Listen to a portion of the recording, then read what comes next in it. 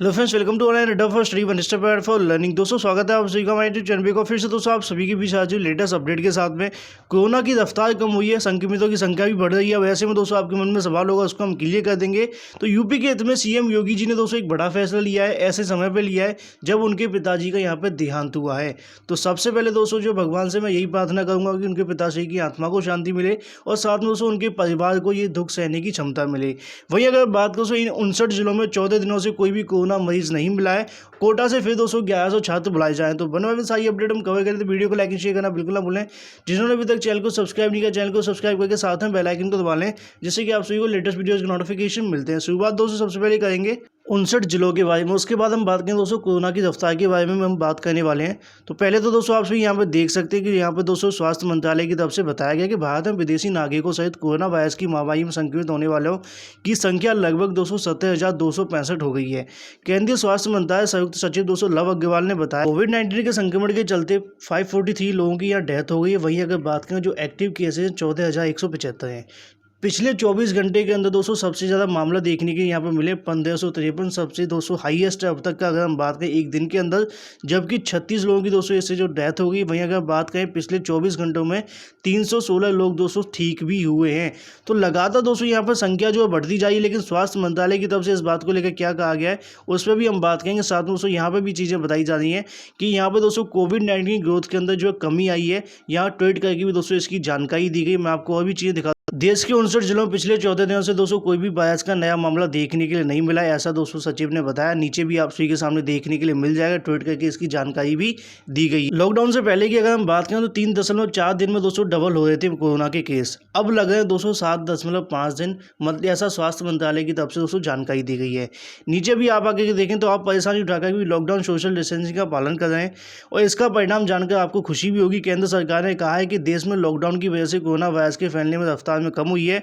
वहीं अगर बात करें मरीजों की डबल रेटिंग में सुधार हुआ है। लॉकडाउन से पहले की अगर बात करें तो औसतन 203.4 दिन के अंदर कोरोना मरीजों की संख्या दोगुनी हो रही थी। अब इसमें दोस्तों जो बदलाव आप सभी को देखने को मिला, 7.5 दिन लग रहे हैं।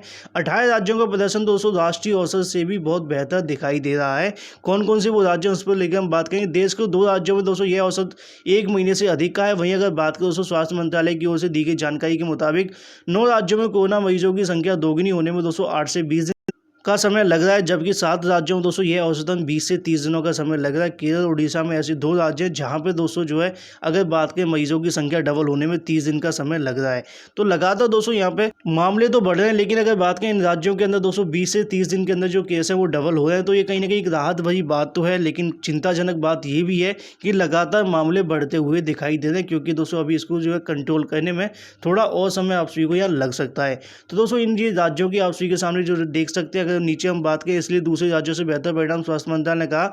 कोरोना को रोकने के दोस्तों कई राज्यों जिले दोस्तों बहुत अच्छा काम करें। इस परिणाम के लिए दोस्तों हम सभी कोरोना वॉरियर्स को धन्यवाद देते हैं, लेकिन हम इस लड़ाई की ओर आराम नहीं कर सकते हैं। एक दिन और एक आदमी की विफलता से इस परिणाम को खराब कर सकती है। दूसरे देशों के मुकाबले आज भारत दोस्तों अधिक सफलता इसलिए मिली है क्योंकि सरकार के साथ सभी लोग मिलकर कोरोना से लड़ रहे हैं और हर नागरिक दोस्तों इस लड़ाई में जुड़ा हुआ है। तो ये तो बात होगी कोरोना की रफ्तार को लेकर, संक्रमितों को लेकर। वहीं अगर बात करें 59 जिलों के बारे में, वहीं अगर हम बात करें दोस्तों यूपी के मुख्यमंत्री योगी आदित्यनाथ जी के बारे में, आज दोपहर को दोस्तों एक दुखद सूचना प्राप्त हुई। उसके बाद जैसा कि मैंने आप सभी को बताया कि उनकी तरफ से दोस्तों एक पत्र लिख कर के यहाँ बताया गया कि अपने पूज्य पिताजी के लाशवासी होने पर मुझे भारी दुख है। अगर हम बात करें दोस्तों यहाँ पे मेरे पूर्व आश्रम में जन्मदाता हैं, जीवन में ईमानदारी और कठोर परिश्रम एवं निस्वार्थ भाव से लोक मंगल की दोस्तों समर्पित भाव के साथ कार्य करने के संस्कार बचपन में उन्होंने मुझे दिया। अगर हम बात करें अंतिम क्षणों में दोस्तों उनके दर्शन की हार्दिक इच्छा थी, परंतु वैश्विक महामारी कोरोना वायरस के खिलाफ देश की लड़ाई में दोस्तों उत्तर प्रदेश के 23 करोड़ जनता के हित को आगे बढ़ाने और साथ में दोस्तों कर्तव्य बोध के कारण मैं न कर सका। साथ में